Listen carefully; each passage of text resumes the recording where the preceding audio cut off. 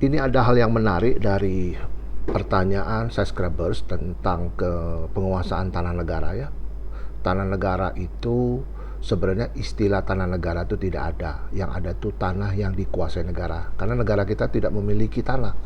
Yang memiliki tanah itu pemerintah, maka itu ada tanah pemerintah. Jadi ini pemahaman yang harus kita pahami betul ya. Jangan sampai penggunaan istilah-istilah itu menyesatkan kita cara berpikir kita. Jadi saya ulang, tidak ada yang namanya tanah negara, yang ada tuh tanah yang dikuasai negara.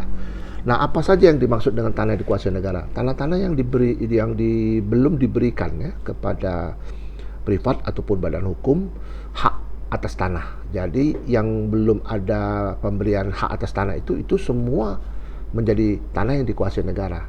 Nah, tanah yang dikuasai negara ini bisa dikerjasamakan ya melalui beberapa pola. Itu kita tahu bahwa tanah-tanah yang dikuasai negara itu bisa dikerjasamakan melalui misalnya pola bagi hasil, dan juga misalnya katakanlah kerjasama ya. Namun tanah tersebut harus diberikan dulu kepada pemerintah karena yang mewakili negara itu pemerintah, jadi tidak dengan serta-merta. Nah, ini ada masalah yang ditanyakan dengan saya itu adalah mengenai warisan ya, tanah warisan yang dianggap sebagai tanah yang dikuasai negara. Kemungkinan besar saya tidak tahu persis itunya kalau belum baca dokumen. Kemungkinan besar itu tanah itu mungkin awalnya itu diberikan hak ya, apakah bisa itu konsesi, apakah itu ya segala macam bentuk lah ya terhadap pemberian hak atas tanah tadi. Nah, mungkin sudah berakhir lantas secara turun-temurun itu tetap dikuasai oleh orang ini gitu loh. Ketika kasus ini mencuat ke luar, artinya mulai ini diminta oleh negara tanah tersebut ya, karena tanah tersebut sudah tidak ada lagi alas hak di atasnya.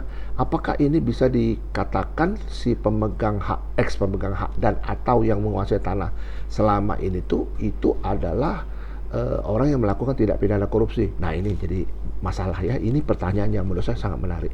Ini tidak bisa dikatakan tindak pidana korupsi, hanya saja ketika tanah tersebut diminta secara patut untuk dikembalikan pada negara, dan bila mana tanah tersebut tidak dikembalikan juga, maka negara, CQ pemerintah bisa menuntut yang bersangkutan dengan tindakan perbuatan melawan hukum ya, melalui proses biasa itu seperti itu.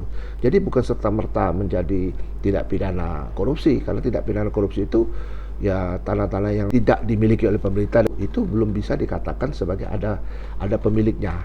Nah, ini yang mungkin mau saya sampaikan. Nah, terus ada pertanyaan lagi, Pak. Jadi apakah tanah yang dikuasai negara itu bisa diwariskan? Pastinya tidak bisa. Pasti tidak bisa. Yang bisa diwariskan tuh ada beberapa objek ya, tanah yang sudah ada kepemilikannya dan orang tuanya ataupun yang mewarisi itu sudah memiliki sertifikat hak atas tanah, itu bisa diwariskan ya. Jadi yang disebut dengan mewarisi itu ya objeknya itu harus jelas ya. Ada juga beberapa yang tidak bisa diwariskan, yaitu salah satunya tuh yayasan itu tidak bisa sama sekali diwariskan. Jadi kalau udah selesai ya sudah, yayasan itu berdiri sendiri terus gitu sampai tujuannya tercapai ya bubar seperti itu. Dan juga yang kedua perusahaan. Nih saya ulang ya, perusahaan. Kenapa saya bilang perusahaan tidak bisa diwarisin? Yang bisa diwariskan itu adalah saham perusahaan, bukan perusahaan sendiri, karena perusahaan itu mandiri, jadi tidak ada kaitannya dengan kepemilikan pribadi gitu ya. Sahamnya iya betul. Siapa itu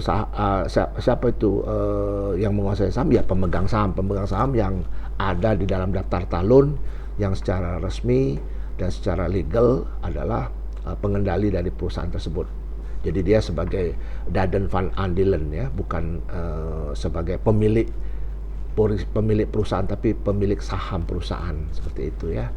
Karena di dalam perusahaan itu kita seperti video-video yang lalu saya jelaskan ya, ada andelen, ada juga beheeren ataupun pengurus ya, komisaris dan direksi.